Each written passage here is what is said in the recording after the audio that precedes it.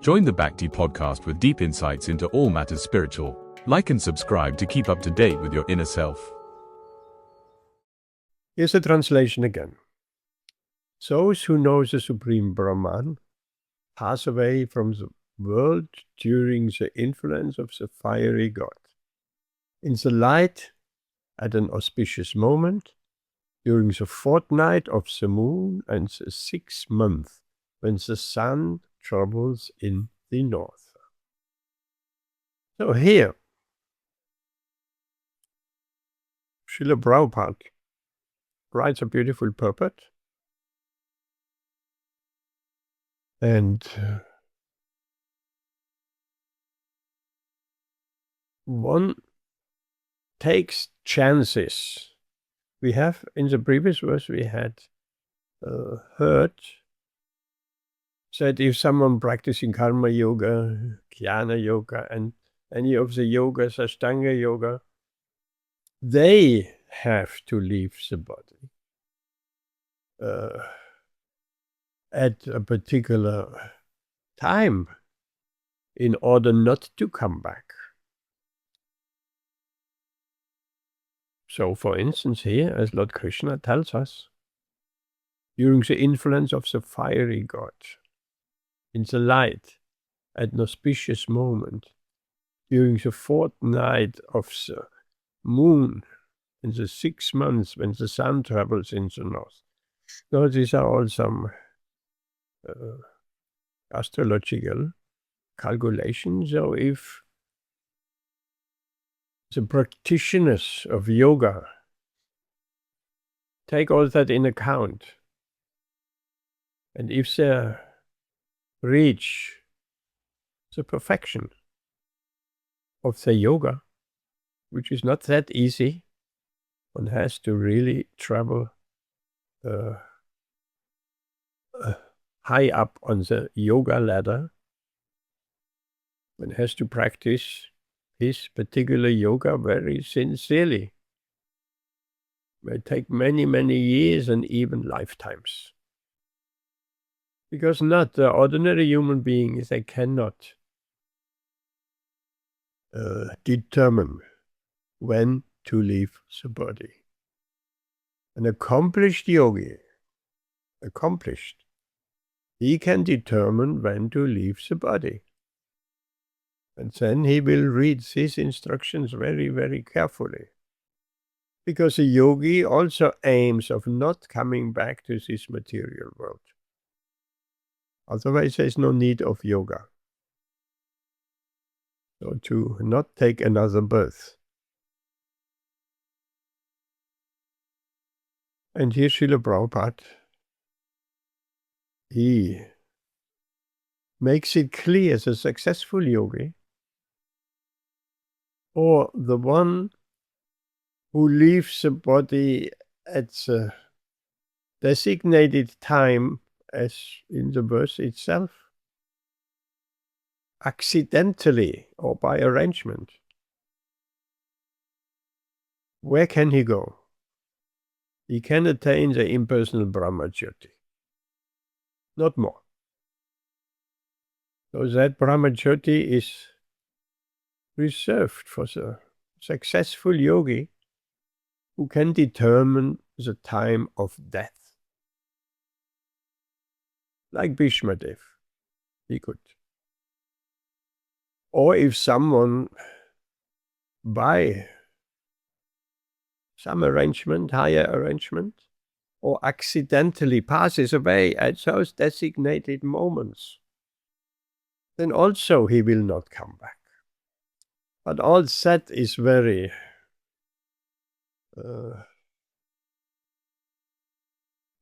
one takes chances. But as we expect, that last sentence by Srila Prabhupada, as he had made it clear in the previous verse and in the verse before, was a pure devotee. In the verse before, he says the unalloyed devotee. We have quite at length spoken. What does it mean, unalloyed? What does it mean, alloy? And so, pure metal, unalloyed. was an unalloyed, pure devotee. He is not concerned of taking these technical instructions of Bhagavad Gītā because he is fully dependent on Krishna. There is no fear of returning. The pure devotee will go back, not to the Brahma-jyoti, but he will return to Vaikuntha or Goloka.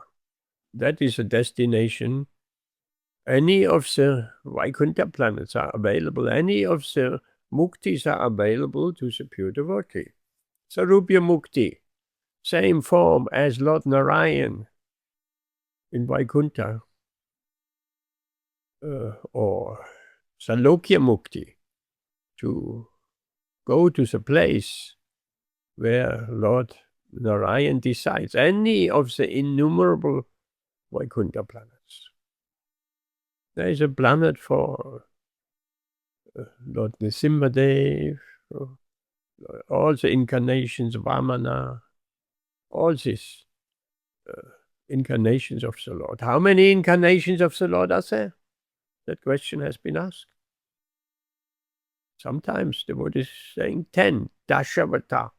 Now, these are the 10 most known incarnations, prominent incarnations, but how many? Srila Prabhupada gave an answer. How many incarnations of the Lord? How many avatars? Avatars, the one who descends. The answer is as many as there are waves in the ocean.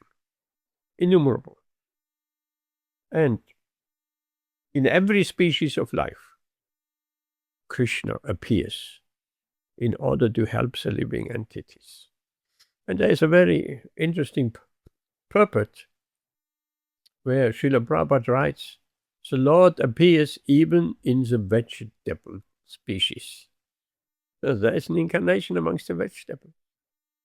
Very interesting. I have not found out any more detail, but that is mentioned. So one was a devotee. He can go to the Vaikuntha planets. Any of the Vaikuntha planets. Innumerable Vishnu forms, four-handed Vishnu. Or the devotee can travel to the highest planet, even in the spiritual world, which is Goloka or Goloka Vrindavan. That is there for the devotee, that destination, depending on what kind of relationship the devotee wants, the pure devotee. Should always remember, the pure devotees. What if the devotees are not pure? If the devotees are still covered by karma and jnana, anyapilashita shunyam, that verse explains what is pure devotional service. Free from jnana and karma. Karma, fruitive, let's say, instead of fruitive activities, fruitive desires. We want to enjoy the fruits of our activities. So that is called fruitive. So we have anything left we want to enjoy in this world. And that is not pure devotional service. That's not pure devotee. Likewise, we have some attachment to the Brahman. We have some attachment to mental speculation, not following the Shastra, but following something else, following our own mind, mental mind. We're making up our own path. So that will not help us, because then we're falling not in the category of pure devotees.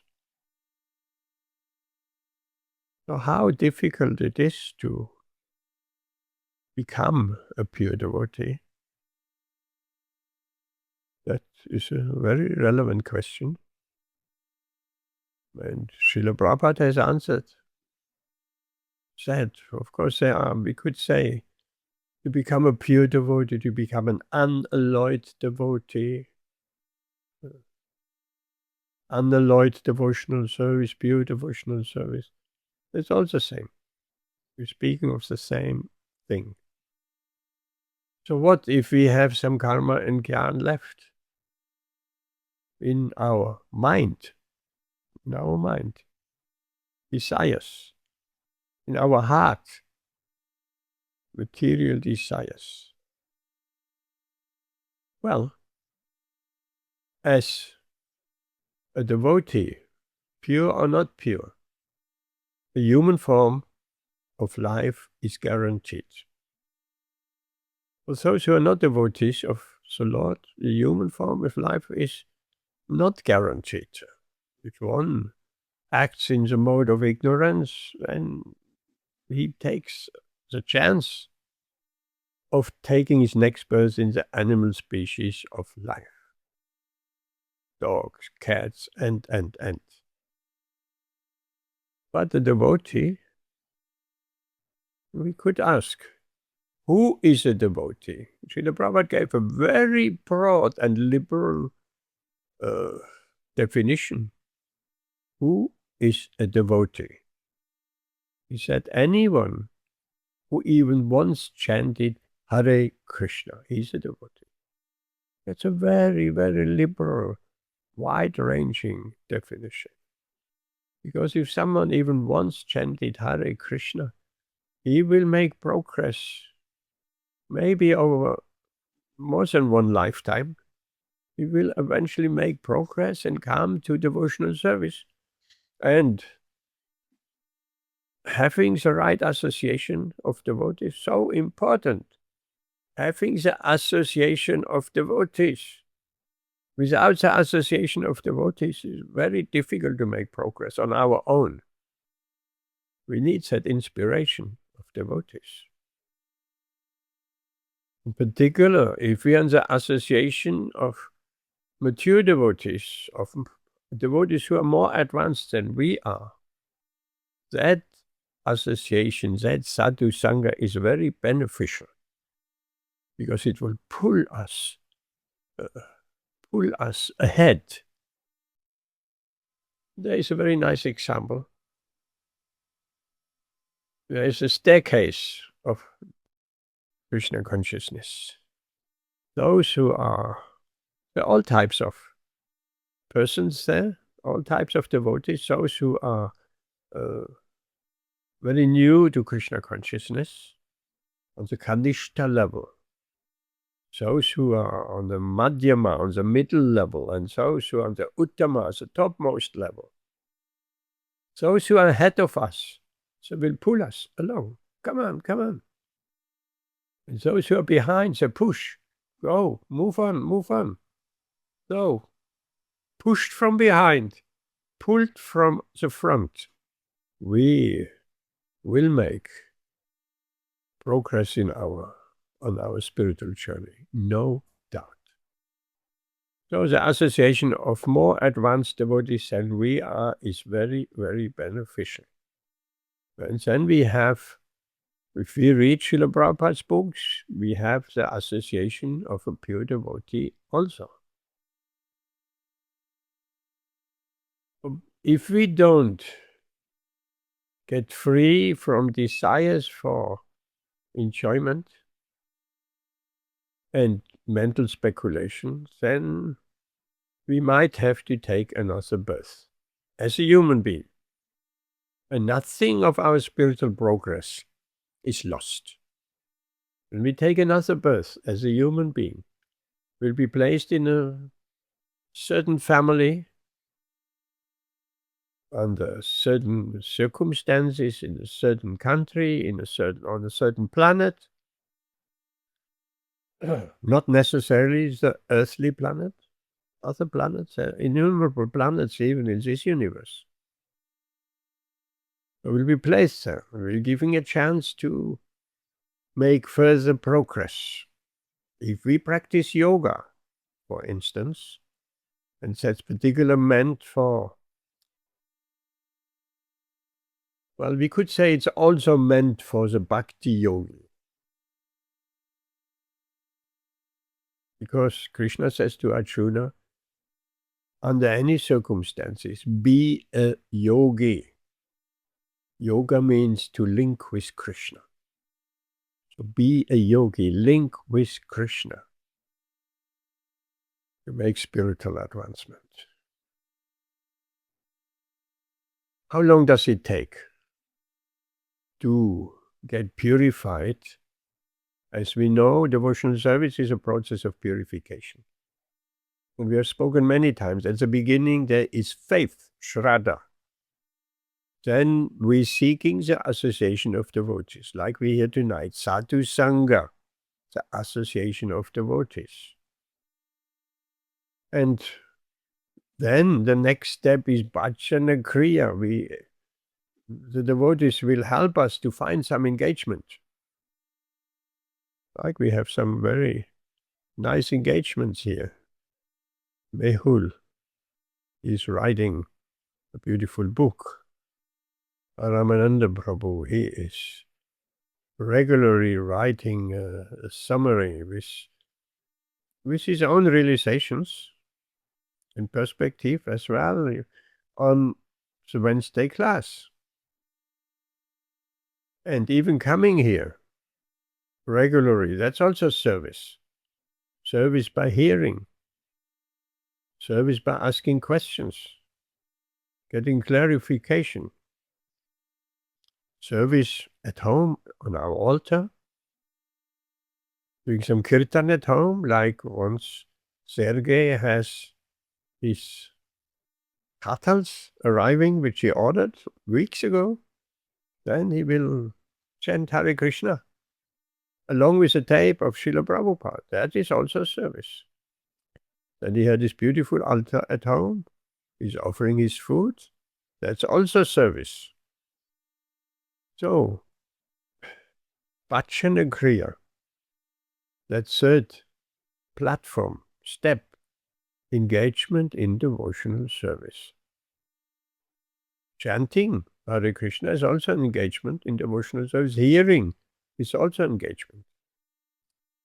Not only, generally, it's so easy to think devotional service, because when we think of service, generally it's understood we're doing something with our hands, with our legs, perhaps with our mind also.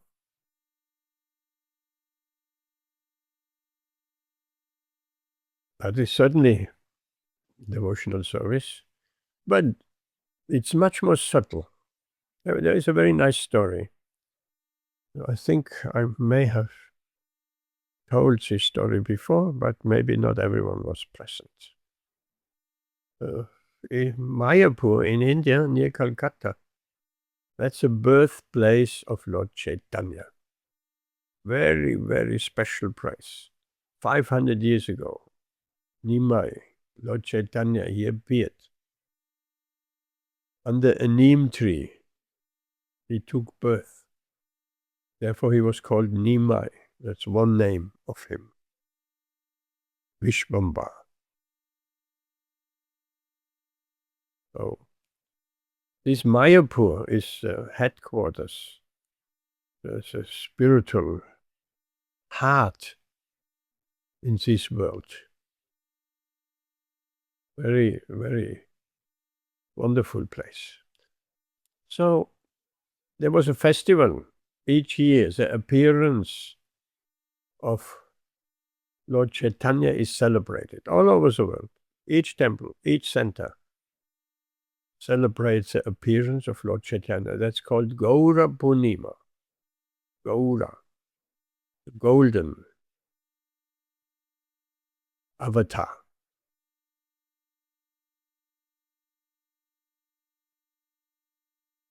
So, when thousands of devotees are coming to Mayapur, thousands from all over the world, there is lots to do. Lots of service with the feet, with the hand. decorations, making garlands, arranging accommodation for devotees, arranging prasadam for everyone. So loads and loads of things. Making sure there is enough living quarters, if not putting up some tents, put some huts, all types of living quarters. Because devotees don't come just for the days, they come for many days, weeks even. And so there was one devotee, he was sitting in the banana grove, amongst the banana trees, a little bit away from the hustle and bustle.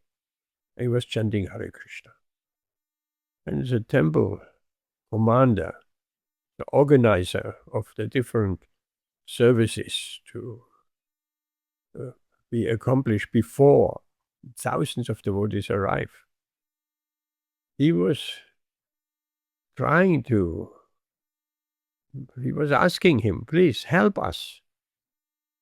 Can you come to the kitchen? There are some services to do. But he was just chanting Hare Krishna in the banana groves all day long. All day long. We may chant 10 minutes, 20 minutes, half an hour, perhaps even an hour. If we chant an hour, then probably we have chanted 8 rounds. So the temple commander could not get this devotee to help in all these various services, and he got very frustrated. Very frustrated. Everybody is doing something and working very hard, and he just sits in the banana groves and chanting Hare Krishna. So he got so frustrated that he approached Srila Prabhupada and he complained. He said, there is a devotee. We need so much help. There are not so many devotees before Gopunim, but in 2 days, thousands of devotees will be here. But we need to make arrangements now. So there is one devotee, he's just sitting in the banana grove and chanting Hare Krishna. So he expected that Srila Prabhupada would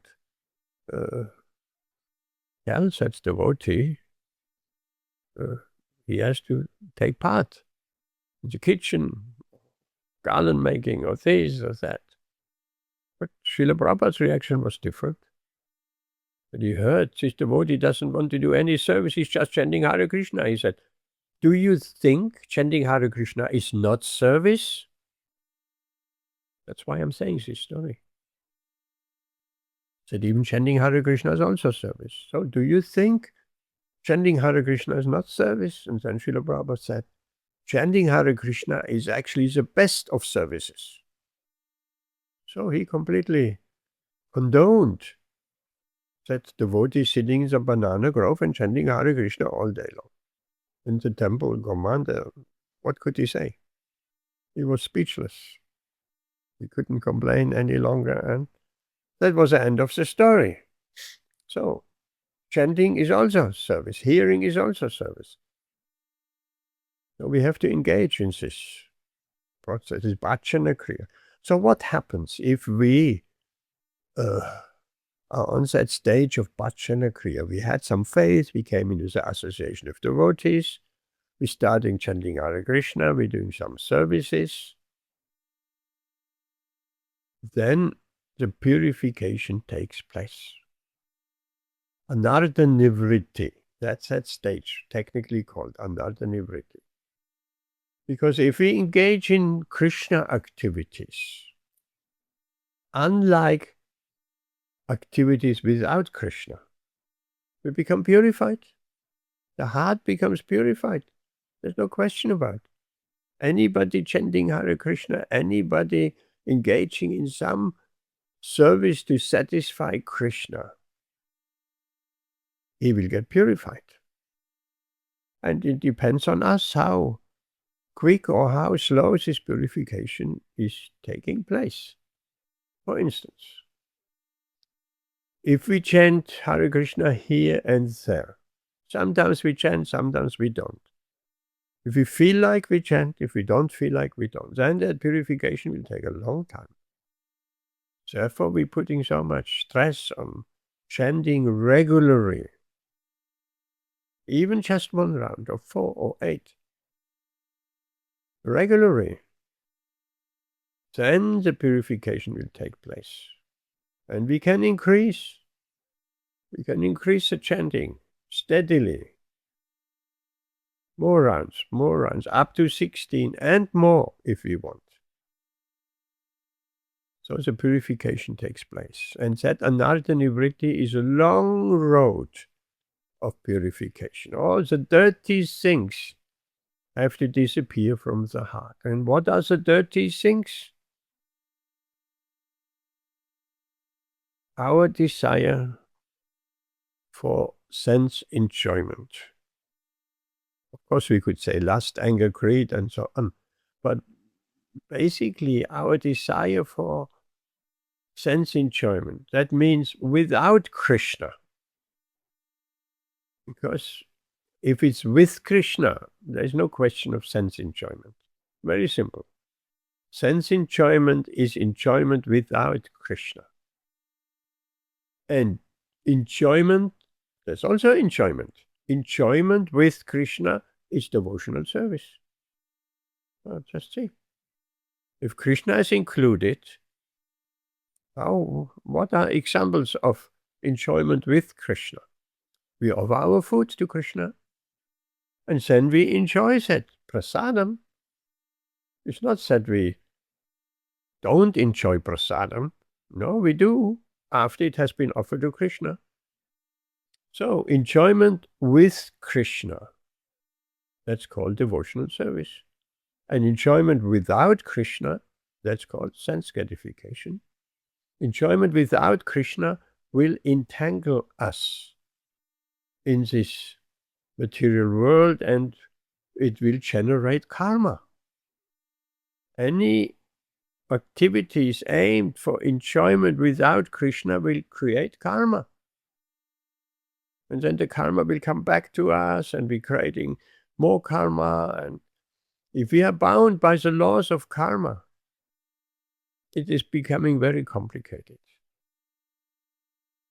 Because at every step, we experience the result of our previous activities, and at the same time, we're creating more karma, which will be experienced later on.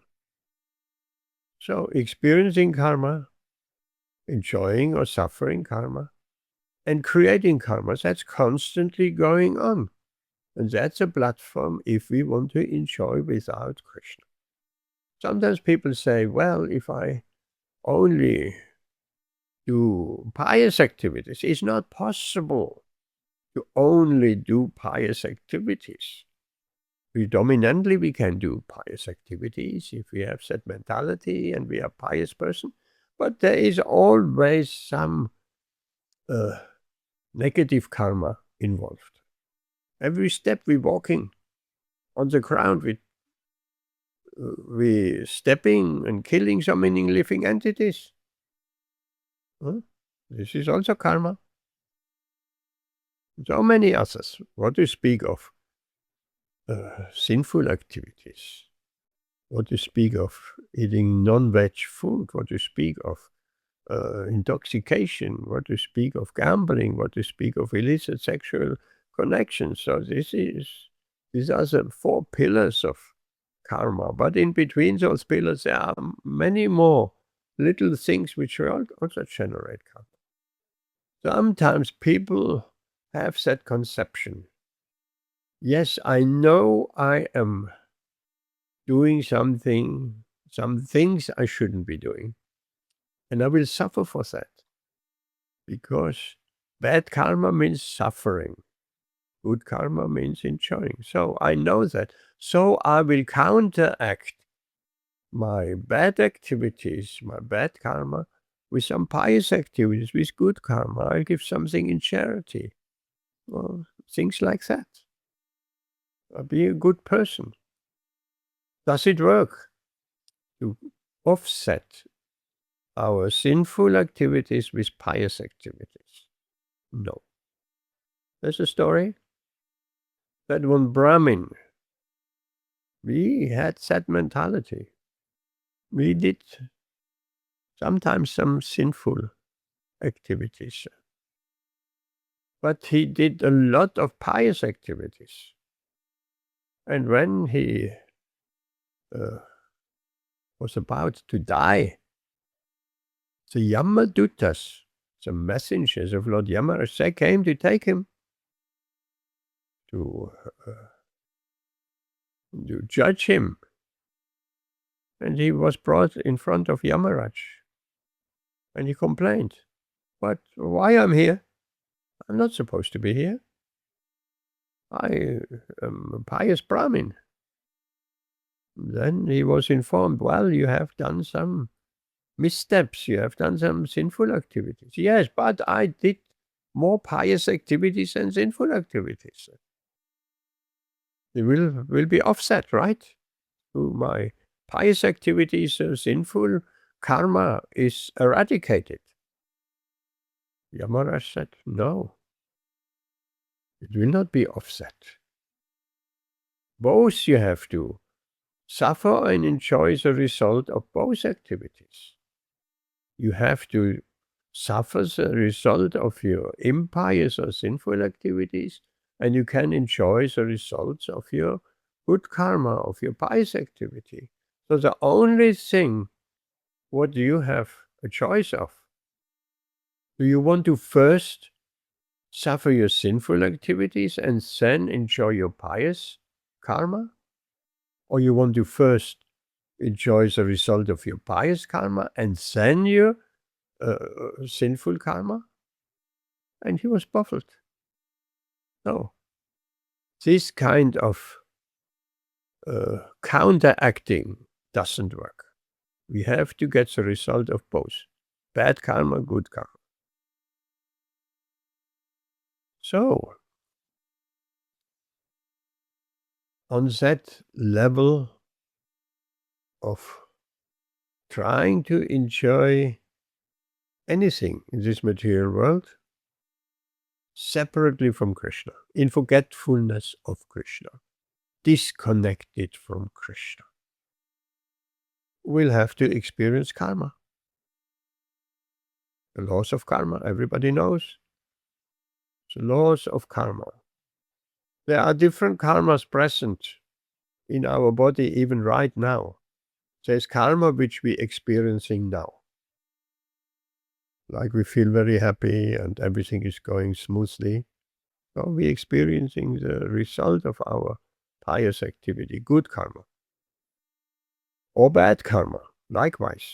We are suffering. We're going through a phase of suffering. So the bad karma comes, catches up on us. Then we have some karma which is almost ready to fructify, like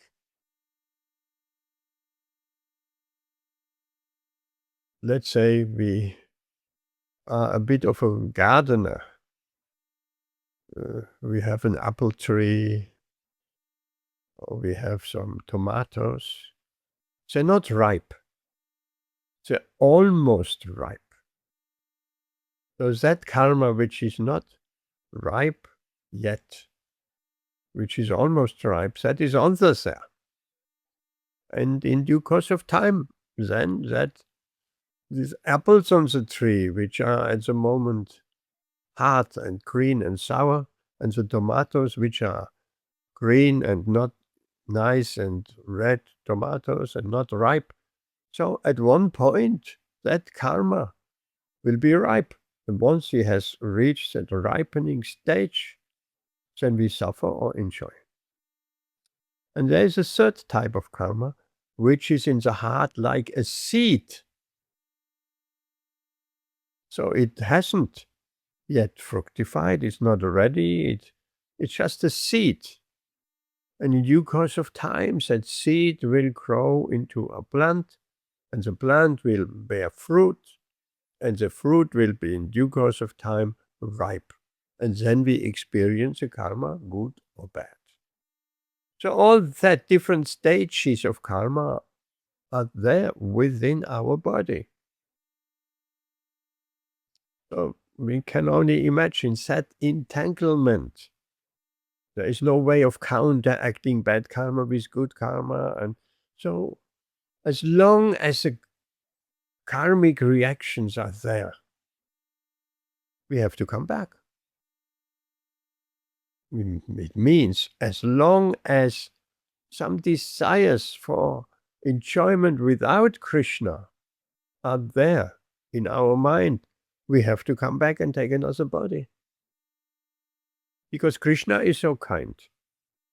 You want to enjoy certain things in a certain way, with your eyes, with your sense of touch, with your hearing, with your tasting, with your smelling. You want to experience that? Yes, you can. I will facilitate that. I will give you a body with which you can enjoy your senses. And we are given by material nature a certain set of eyes, ears, a certain type of tongue, a certain kind of nose to smell, ears to hear. It's not all the same. Externally, it may look similar to other people, but everybody in his subtle states, senses, everybody enjoys different type of sense gratification. Everybody has a favorite type of sense enjoyment. Even if we just take food, everybody, right from birth, has a certain tendency towards sweet, towards savories, towards this kind of flavor, that kind of flavor. So that is a result of desires from a previous life.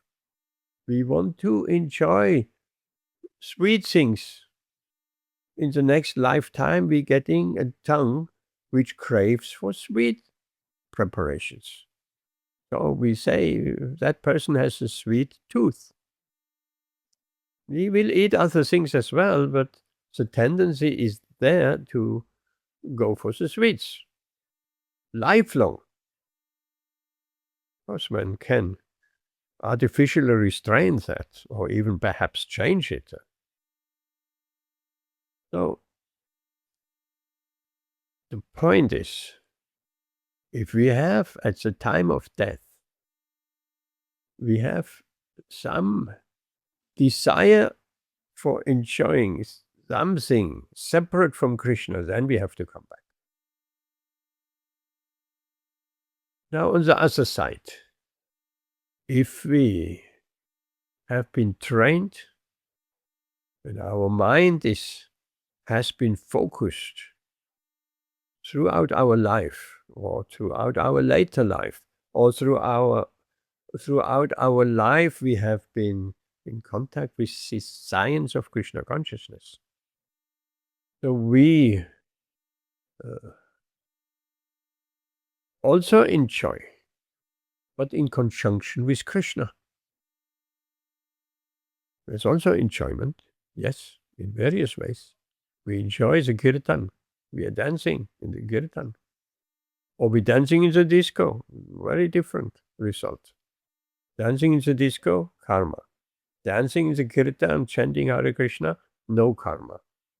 Nish-karma, no karma activities. All activities in relation to Krishna are no karma activities. And that's a result from offering foodstuff to Krishna. Because food, without offering, Krishna says in Bhagavad Gītā, those who don't offer food, they eat verily only sin. What does that mean? They eat sin.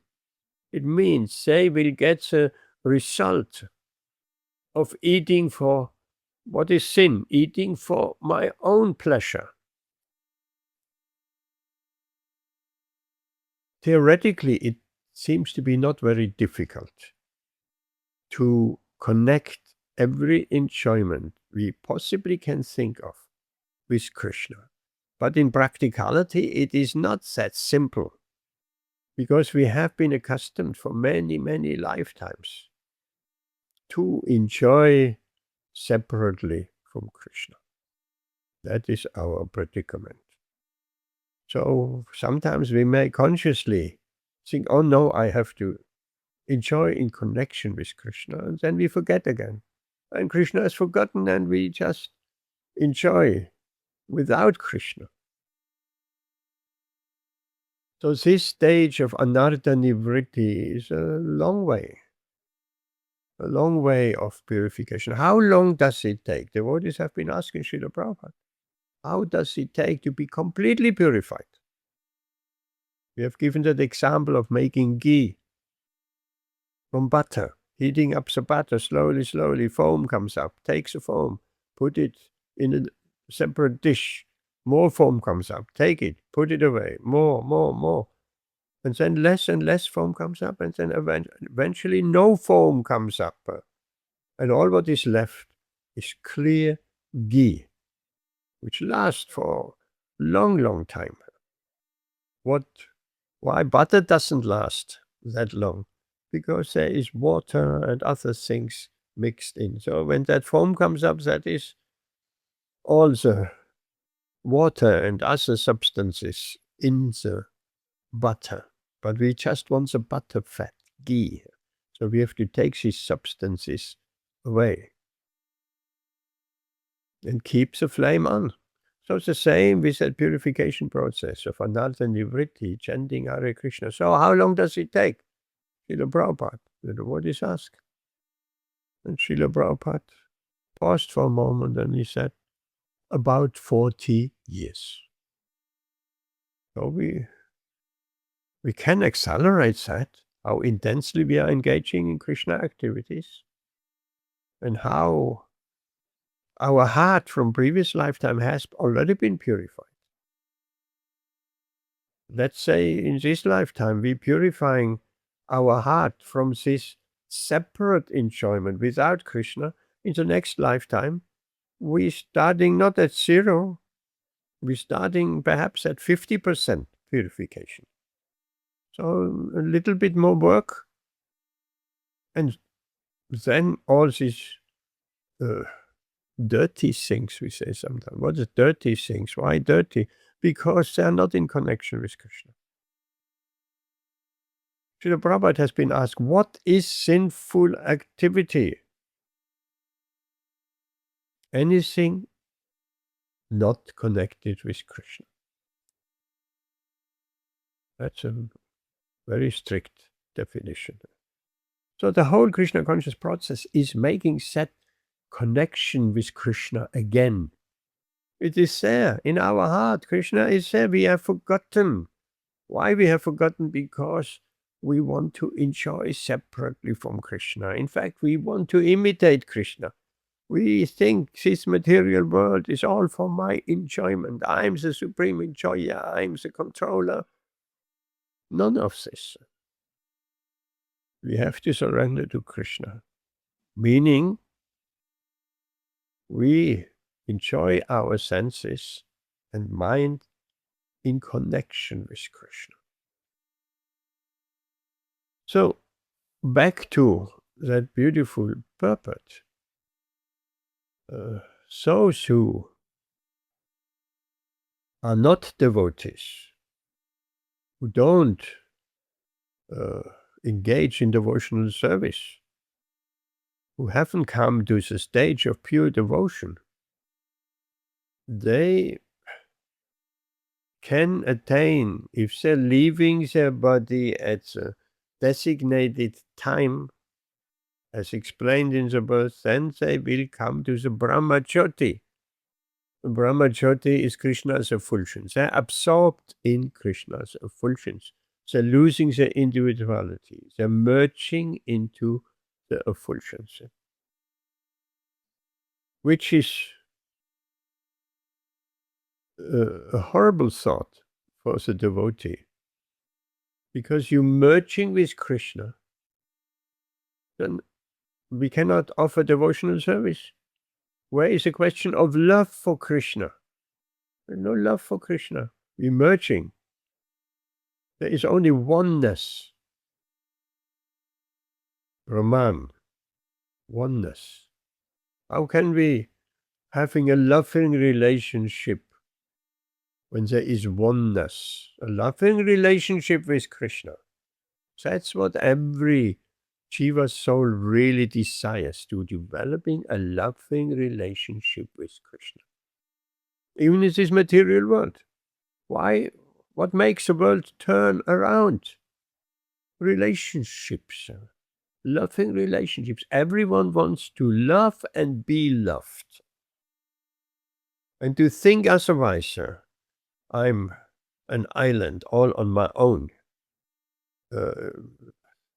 These desires are so deep-rooted of loving and wanting to be loved that cannot be realized in the Brahma jyoti.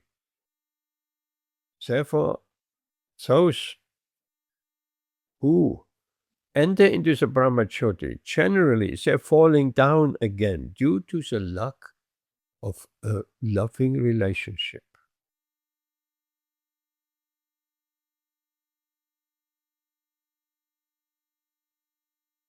So for the pure devotees, that last sentence again, there is no fear of returning to this material world. Whether a pure devotee leaves the body in an auspicious or inauspicious moment, by accident or arrangement, he will go back home, back to Godhead. So now we take some questions. Anyone, any questions?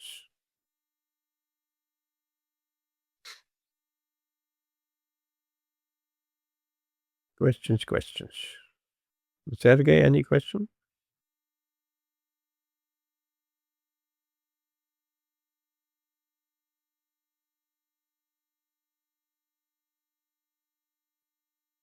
Or comment? Vijay, what about you? You usually have some questions. Jai, Hare Krishna. Hare Krishna. The question about bhakti, prema bhakti. So, one of the parampara, his name is Shri Jagannath Dasa Babaji Maharaja. I think he was the sixth guru of Bhakti Vinoda Thakura.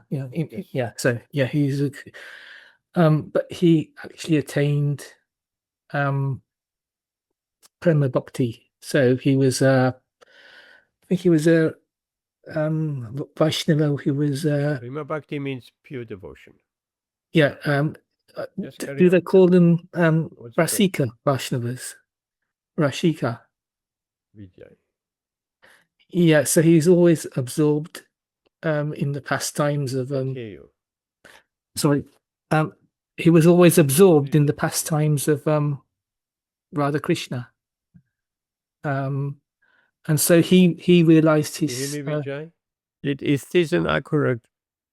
Only Rasika Vaishnavas are true bona fide guru who can give prema bhakti and treasure of Vrindavan prema ras to others.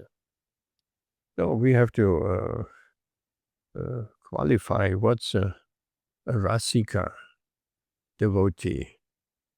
Rasika devotee, Rasika, rasa.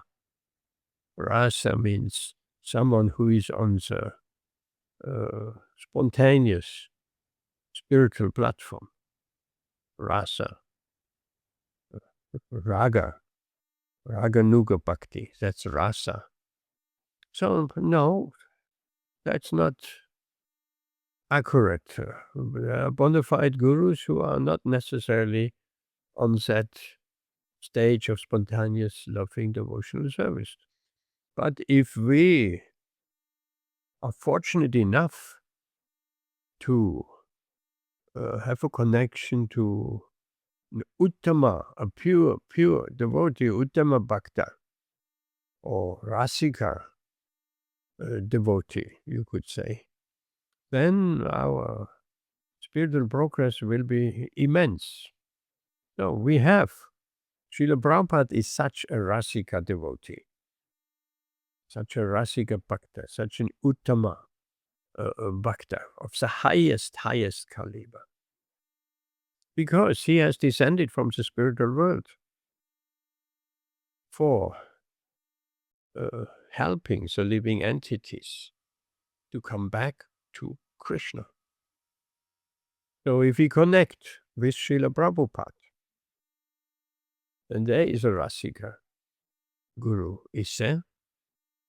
And those who coming in the line of the Parampara, we need to understand the Parampara. The disciplic succession. It is not a physical chain of spiritual master and disciple, because there are many, many big gaps in between where there are no acharyas. So how can we understand the Parampara as a disciplic succession? It is a particular current, electrical, like let's take an electrical current, is running on a very, very long copper wire. So wherever we, let's say it's electrical current runs for hundreds and hundreds of miles, wherever we connect to that wire, overhead wire, to be practical, wherever we connect, we getting electricity. And that may be a long way away from the power station. The current is there from beginning till end. So this Parampara is just like an electrical current. It's like Krishna's grace comes through that Parampara. So wherever we connect to that Parampara, properly connected, we will take part in that current. And we will also if we are a conductor, there are some conductors like copper and others, metals, and there's some conductors which are not conductors, like glass. Electricity doesn't go through glass. If we are like glass, then the current will not flow through us. But if we make ourselves available, let's say we become like copper, then we connecting to that Parampara, and the Parampara that current will flow through us. And anybody connects with us will partake in that same current. So the Parampara is like that. And the Guru, if he is transparent, a conductor is like copper, then that Parampara current, which is Krishna's ecstatic energy, Krishna's grace, will come through that devotee and being transmitted further to someone else, to someone else, to someone else. So if we all become like copper, if we all become receptive conductors of that current, and we are trained and knowledgeable, and we are sincere and pure, then that current will run through us to so many, many people in this world. That is what is needed. That Krishna consciousness, it becomes like an explosion. We all becoming electrified, and anyone get in touch with us, they're also becoming electrified, just like Lord Chaitanya. When he traveled to South India, and he was in such ecstatic mood, he chanted Hare Krishna and walking all to South India. Whoever saw Lord Chaitanya chanting and dancing, they became also ecstatic. You see, that's a good example. people just by seeing the Lord chanting and dancing. He was not just walking, he was dancing. Dancing and chanting Hare Krishna, and that was his tour to South India, chanting and dancing. So everybody who saw him only, even from a distance, also became ecstatic. And everybody who saw those people who became ecstatic, they also became ecstatic. That's how the current of the Parampara, that electric current, runs through the devotees who are receptive enough and who are transparent via medium. What does that mean, transparent via medium? They taking the message, they're taking the grace of the pure devotee, Srila Prabhupada, in our case. They're taking that grace and they're passing that grace on to whoever is receptive enough to receive that grace. Then that current flows through that devotee.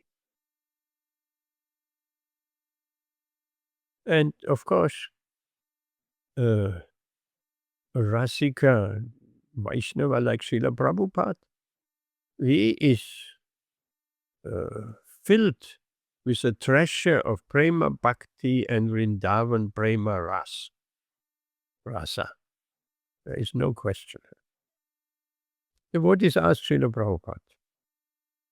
Scriptures say we should follow in the footsteps of a Brijbasi. If we want to go to Goloka, we should follow in the footsteps of some inhabitant of Vrindavan,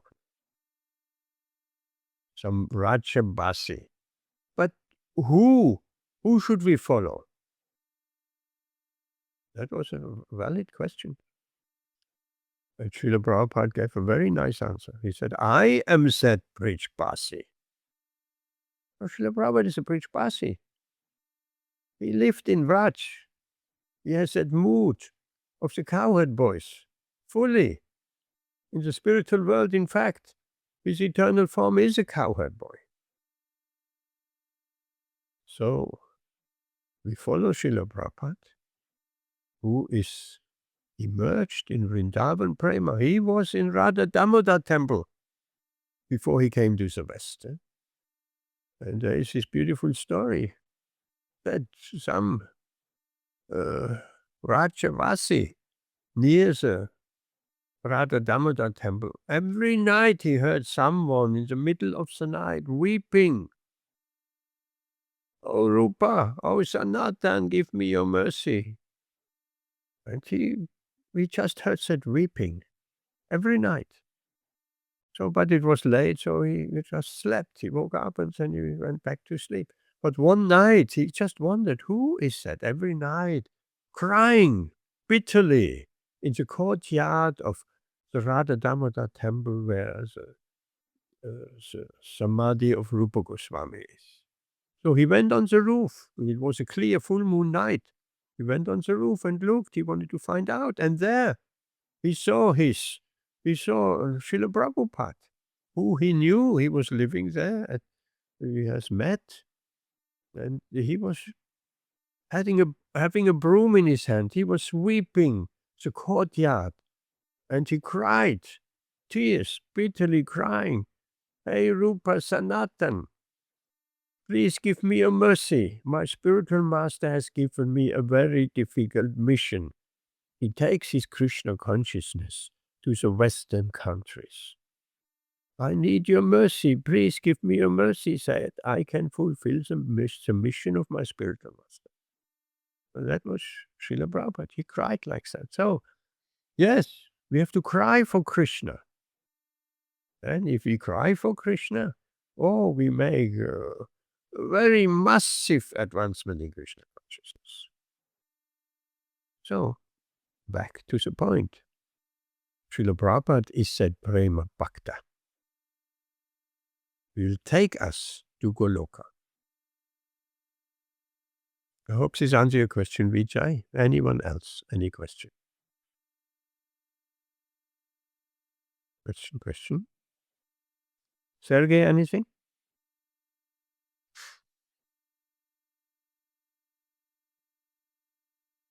Mehul, what about you?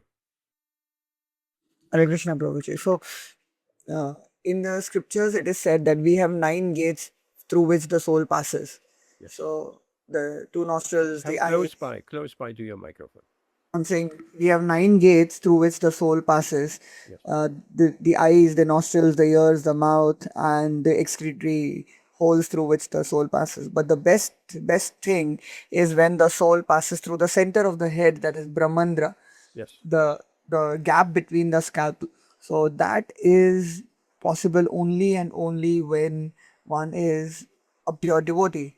Otherwise, if the soul passes through the lower body, it definitely means that, we've seen many people, when they pass away, they pass urine, they pass stool. That means the soul has gone from the lower side. And when the soul goes from the lower side, it's definitely going to the hellish lower planets.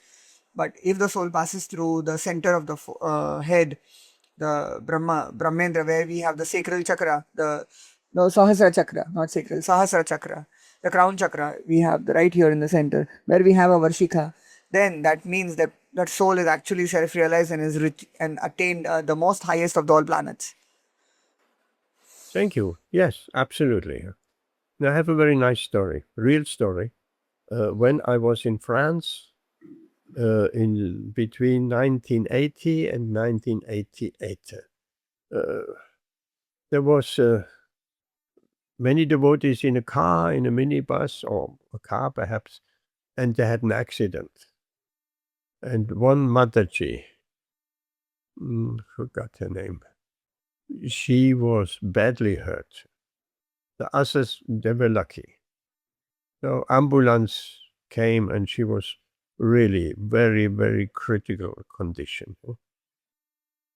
And they took her in the ambulance, and all what she said, can I have my bead back? So they gave her the bead back, went to hospital, and always a bead back, all the time, chanting Hare Krishna, and then she left her body. It was a very sad occurrence, because that was a very lovely, lovely Mataji. Did some wonderful services. Everybody knew her. Everybody loved her. So for the devotees staying back in New Mayapur, that was horrible.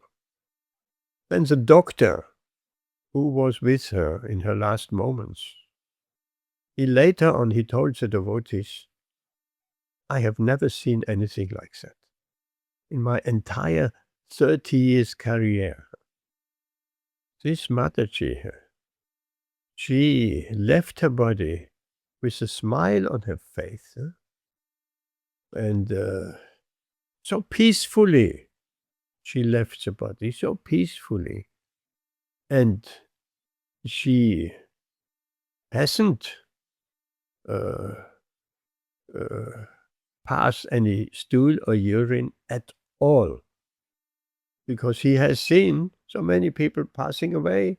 They're passing urine or stool. Of course, the scientific answer is because the muscles are relaxing, therefore one passes stool or urine. That's not the answer. That's not what Mehul just said.